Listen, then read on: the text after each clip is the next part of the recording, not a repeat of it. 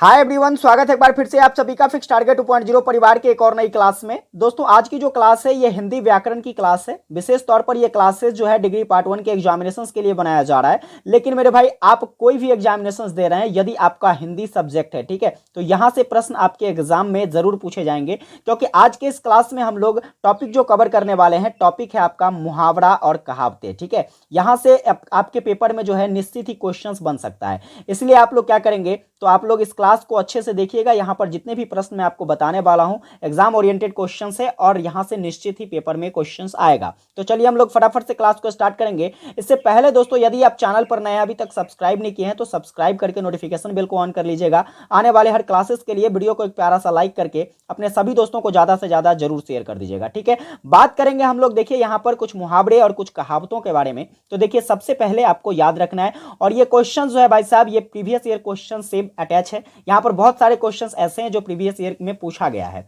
बात करते हैं, देखिए, अगर आपसे पूछा जाए कि हाथ कंगन को आरसी क्या, हाथ कंगन को आरसी क्या, इसका अर्थ आप कैसे पता कर पाओगे? कुछ स्टूडेंट ऐसे होंगे जो इसका स्क्रीनशॉट करने के फिराक में होगा, लेकिन मैं आपको बताता हूं। देखो, आपको याद ना भी हो तो आप समझकर क्या कर सकते हो, तो सही आंसर लिख सकते हो। कैसे लिखेंगे, तो यहां पर देखिए, कहता है हाथ कंगन को आरसी क्या, यानी कि सीधा सीधा मतलब है कि जब आपके पास वास्तविकता होगी तो आपको उसका प्रमाण देने की आवश्यकता नहीं है। तत्पश्चात हम लिख सकते हैं कि प्रत्यक्ष को प्रमाण की क्या आवश्यकता हो। ठीक है, इसका क्या हो जाएगा, अर्थ हो जाएगा। आगे बात करेंगे, देखिए अगला जो है आपका काला अक्षर भैंस बराबर। कहने का मतलब है काला अक्षर भैंस बराबर क्या स्पष्ट होता है, यानी कि जो व्यक्ति पूर्ण रूपेण से क्या है, निरक्षर है, उसे हम लोग क्या कह सकते हैं, कहावत के तौर पर काला अक्षर भैंस बराबर। आगे बात करेंगे, देखिएगा, कहता अंधेर नगरी चौपट राजा। कहने का मतलब है कि जैसा राजा वैसा ही प्रजा, जैसा राजा वैसा प्रजा, इसके लिए हम लोग क्या कह सकते हैं, अंधेर नगरी चौपट राजा। ठीक है, आगे बात करेंगे, देखिएगा, कहता है आम का आम गुठली का दाम। कहने का मतलब यह है, अगर आपको ना भी पता हो तो आप बड़ी सरलता के साथ कह सकते हो इसका आंसर। देखो, आम का आम, ठीक है, यानी कि आम की कीमत तो हमें मिली ही, और गुठली का भी हमें क्या मिल गया, दाम मिल गया। मतलब एक चीज से हमें दोगुना फायदे हो गए, दोगुना लाभ हो गया। यानी कि आम का आम गुठली का दाम, कहने का मतलब दोगुना लाभ हो गया। चलिए आगे बात करेंगे, अगला क्या है, तो अगला है आपका खोदा पहाड़ निकली चूहिया। कहने का मतलब है खोदा पहाड़, यहां से क्या तात्पर्य है, खोदा पहाड़ कहने का मतलब हमने किसी चीज की जो आशा की वह बहुत बड़े चीज की आशा की, लेकिन निकली चूहिया यानी कि क्या हुआ, तो हमें जो फल की प्राप्ति हुआ ये क्या हुआ, तो काफी तुच्छ यानी कि कम फल की प्राप्ति हुई। अर्थात कहने का मतलब है कि खोदा पहाड़ निकली चूहिया, यानी कि अत्यधिक आशा और फल क्या, तो तुच्छ फल। चलिए आगे बात करेंगे, अगला क्या है, तो अगला है अधजल गगरी छलकत जाई। ये सभी के सभी कहावत है। और देखिए, अधजल गगरी छलकत जाई का अर्थ क्या होता है, तो आप सीधे तौर पर समझ सकते हो कि जिस व्यक्ति के पास कम ज्ञान होता है वह व्यक्ति ज्यादा फरफराता है। समझ में आई बात? इसीलिए हम लोग इसका अर्थ लिख सकते हैं कि ओछे व्यक्ति में ऐंठन होना। कहने का मतलब जो चीजें बहुत कम जानता हो वह व्यक्ति घमंडी बहुत ज्यादा होता है। आगे बात करेंगे, अगला क्या कहता है, तो अगला है एक अनार 100 बीमार। बड़ा सुंदर सा चीज है। देखिए कैसे आप लोग इसे याद रख सकते हो। एक अनार, एक कली अगर आपके पास आ जाए तो उस पे हजारों भंवरे क्या होते हैं, मंडराने लगते हैं। मैं क्या कहना चाहता हूं ये आप समझ गए होंगे। ठीक है, वहीं पर इसका अर्थ क्या हो जाएगा कि एक के अनेक चाहने वाले, यानी कि किसी एक के चाहने वाले अगर अनेक हो तो हम लोग क्या कह सकते हैं, एक अनार 100 बीमार। आगे बात करेंगे, देखिए अगला क्या है कि पांचों उंगलियां घी में होना। पांचों उंगलियां घी में होना क्या है भाई साहब, एक मुहावरा है, और इस मुहावरे का अर्थ होता है लाभ ही लाभ, या फिर कह सकते हैं माला माल होना, यानी कि पांचों उंगलियां घी में होना। आगे देखेंगे, अगला याद रखना है आपको, आसमान पर चढ़ाना। देखिए आसमान पर चढ़ाना कैसे याद रख सकते हैं भाई, देखो किसी को अगर क्या करना हो, किसी की जब तुम क्या करते हो, काफी ज्यादा प्रशंसा कर देते हो, मतलब क्या कहते हो कि उसे आप आसमान पर चढ़ा देते हो। यानी कि क्या हो गया, आसमान पर चढ़ाना का मतलब उसकी अत्यधिक प्रशंसा करना। आगे काम काज का कोरा होना। काम काज का कोरा होना का क्या अर्थ होगा,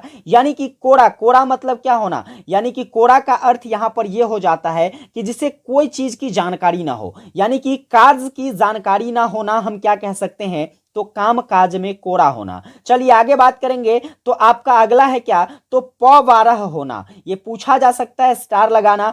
प12 होना का मतलब होता है लाभ ही लाभ होना। ठीक है, यहीं पर आपसे पूछ लिया जाए 9 2 11 होना, क्या पूछा जाए, 9 2 11 होना। आप लोग कमेंट करके बताइए क्या होगा 9 2 11 होना मुहावरा का अर्थ। चलिए फटाफट से आगे देखेंगे, अगला है उल्लू सीधा करना, या पूछा जा सकता है अपना उल्लू सीधा करना। कहने का मतलब अपना काम निकाल कर क्या करना, निकल पड़ना। ठीक है, यानी कि अपना काम निकालना क्या हो जाएगा, तो उल्लू सीधा करना। फिर बात करेंगे अगला, अगला देखिए आसमान से बातें करना। देखो कुछ व्यक्ति ऐसे होते हैं, अगर उसे क्या मिले तो लॉटरी लग जाए। जब लॉटरी लग जाए तो वह व्यक्ति क्या होता है, अपने पांव जमीन पर नहीं रख पाते हैं। कहने का मतलब यह कि वह बढ़ चढ़कर बोलना शुरू कर देता है, बहुत ऊंचा अपने आप को बताना शुरू कर देता है, तो हम उसे कहते हैं आसमान से बातें करना। देखिए ये सभी के सभी चीजें जो है आपके रियल लाइफ से रिलेटेड होता है, बस उसे आपको क्या करना है, महसूस करने की, उस पर थिंकिंग करने की आवश्यकता होती है। कहता है कोयले की दलाली में मुंह काला होना, यानी कि कहने का मतलब यह है कि जब तुम बुरा काम करोगे तो क्या होगा, आपको बुराई मिलेगी, अच्छा काम करोगे अच्छाई मिलेगी। तो कोयला का मतलब यहां बुरा से है, अर्थात बुरे काम में बुराई का मिलना क्या कहलाता है, तो कोयले की दलाली में मुंह का काला होना। आगे बात करेंगे कलम तोड़ना, बहुत सुंदर सी चीजें हैं भाई, क्या कहते हो, आज हमने तो एग्जाम में कलम तोड़ दिया। कहने का मतलब बहुत अच्छे तरीके से लिखा। ठीक है, यानी कि अच्छी लिखावट, कलम तोड़ना। ठीक है, आगे काठ का उल्लू होना। काठ का उल्लू होना मतलब, काठ जानते हो ना भाई क्या होता है, एक निर्जीव प्राणी होता है। निर्जीव प्राणी आज के जमाने में किसको कहा जा सकता है, क्या पढ़े लिखे को, नहीं, मूर्ख को कहा जा सकता है। जो महामूर्ख हो उसे हम लोग कहते हैं काठ का उल्लू होना।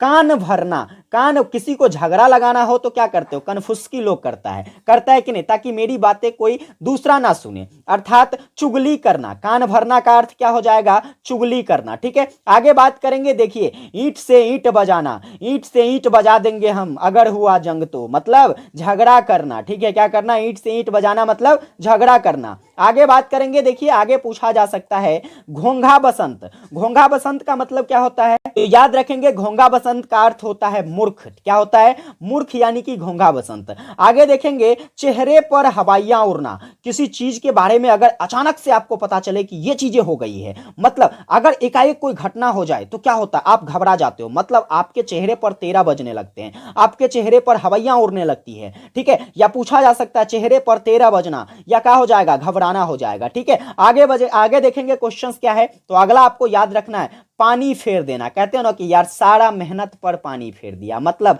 बेकार कर दिया। ठीक है, आगे नमक मिर्च लगाना। नमक मिर्च लगाना कहने का मतलब कोई तुच्छ बातों को आप क्या करो तो बढ़ा चढ़ा कर कह दो, वही हो गया उस बातों में नमक मिर्च लगाना। आगे दांत खट्टे करना का अर्थ क्या होगा, तो दांत खट्टे करना का अर्थ होता है छक्के छुड़ा देना, मतलब हरा देना। ठीक है, आगे बात करेंगे अगला जीती मक्खी निकालना। जीती मक्खी निकालना कहने का मतलब जानबूझकर गलत काम करना होता है। क्या होता है, जानबूझकर गलत काम करना, मतलब जीती मक्खी निकालना। आगे बात करेंगे घोड़े बेचकर सोना का अर्थ क्या होता है। घोड़े बेचकर सोना का अर्थ यह होता है कि निश्चिंत होकर सो जाना। ठीक है, घोड़े बेचकर सोना मतलब निश्चिंत हो जाना। नाक का बाल होना। नाक का बाल होना मुहावरे का अर्थ क्या हो जाएगा, तो घृणा होना। नाक का बाल होना मतलब घृणा होना। ठीक है, आगे देखेंगे अगला क्या है, अगला आपको याद रखना है दूज का चांद होना। ठीक है, दूज का चांद होना, या फिर कहा जा सकता है ईद का चांद होना। क्या पूछा जा सकता है, दूज का चांद होना या फिर ईद का चांद होना, मतलब बहुत दिनों के बाद दिखाई देना। ठीक है, आगे आस्तीन का सांप होना, मतलब घर में छिपे हुए शत्रु को हम लोग आस्तीन का सांप कहते हैं। गले मढ़ना मुहावरा का अर्थ क्या हो जाएगा, गले मढ़ना मतलब आरोप लगाना। गले मढ़ना मतलब आरोप लगाना। और एक आखिरी याद रखोगे लकीर का फकीर होना, इंपॉर्टेंट है, पूछा जा सकता है। लकीर का फकीर होना मतलब होता है परंपरावादी होना। ठीक है, इस चीज को याद रखेंगे। ये 30 मुहावरे आप अच्छे से तैयार कर लो, आपको देखने को मिलेगा 4 से 5 क्वेश्चंस निश्चित इस क्लास से देखने को मिलेंगे। और आपको यहां से अगर ये पूरा कंप्लीट कर लेते हो तो ये 4 से 5 क्वेश्चंस आपके श्योर पक्के बन जाएंगे। ठीक है, अगर क्लासेस आपको हेल्पफुल लगी हो तो चैनल पर नए हैं, सब्सक्राइब नहीं किया हो सब्सक्राइब करके नोटिफिकेशन बेल को ऑन कर लेना। वीडियो को एक प्यारा सा लाइक करके अपने सभी दोस्तों को शेयर कर देना। विशेष मिलेंगे आप लोगों के साथ एक नई नई क्लास में। तब तक के लिए जय हिंद, वंदे मातरम।